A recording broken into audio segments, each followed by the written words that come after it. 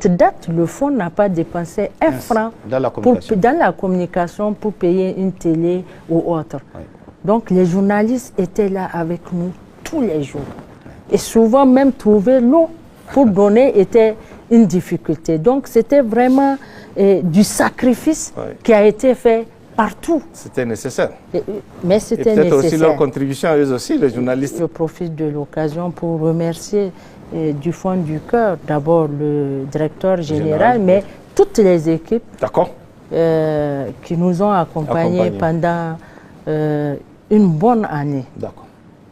Donc, ça n'a pas été vraiment facile.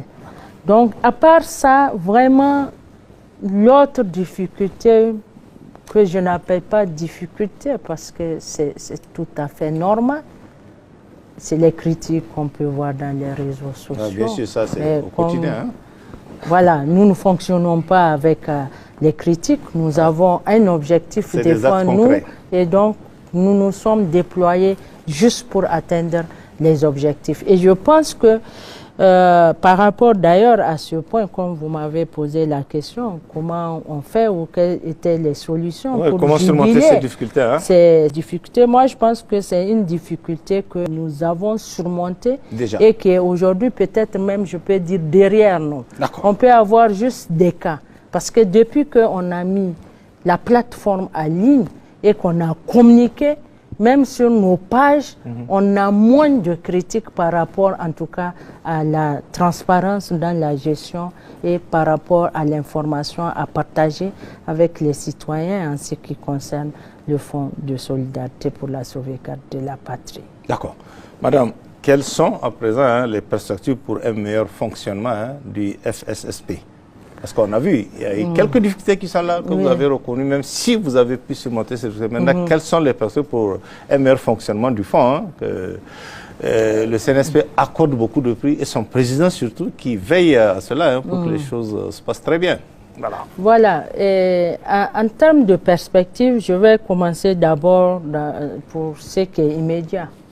Comme vous avez vu, il y a des projets en cours. Oui. Donc, il faut poursuivre ces projets. D'accord. Jusqu'à ce qu'ils arrivent. Jusqu'à terme. Jusqu'à terme. D'accord. Et ensuite, la première urgence, c'est la mobilisation des ressources. Des ressources, d'accord. On doit réfléchir davantage. Sur les mécanismes. Sur des niches porteuses. Ah, ok, là. Et avoir le consentement. À l'image du Burkina, parce que souvent les gens font ce constat. Voilà. Au Burkina, ils sont à des centaines, j'ai des centaines de milliards, hein, il faut le dire, alors qu'ici, on a vu le montant que vous avez donné sur toute l'année.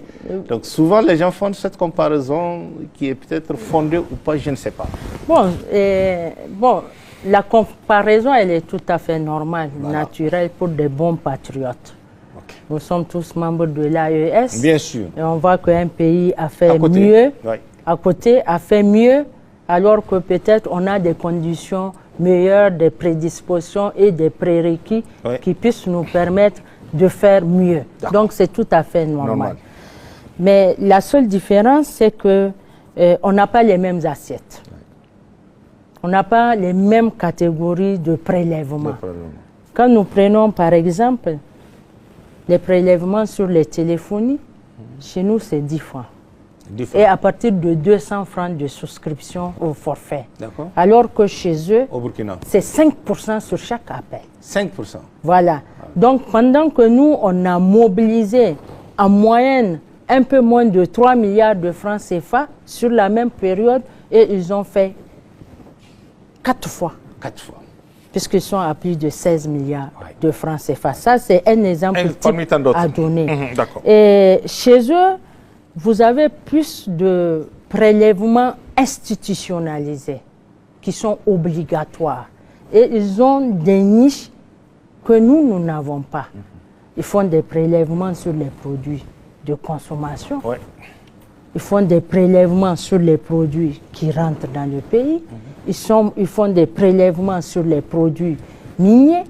Ils font des prélèvements obligatoires sur le revenu net de chaque salarié, que ce soit du public ou du privé. Or, nous, on n'a pas ce genre de prélèvement. Donc, nous sommes en train de réfléchir sur des nouvelles niches Et nous allons mener toutes les investigations qu'il faut. D'abord avec les acteurs concernés, pour avoir, en tout cas, leurs avis, leur adhésion, et sur comment il faut les faire. Et après, conformément aux missions qui nous sont assignées, nous allons remonter ces propositions au niveau du CNSP pour une validation afin qu'on puisse venir à une modification de l'ordonnance. Peut-être autre chose à rappeler,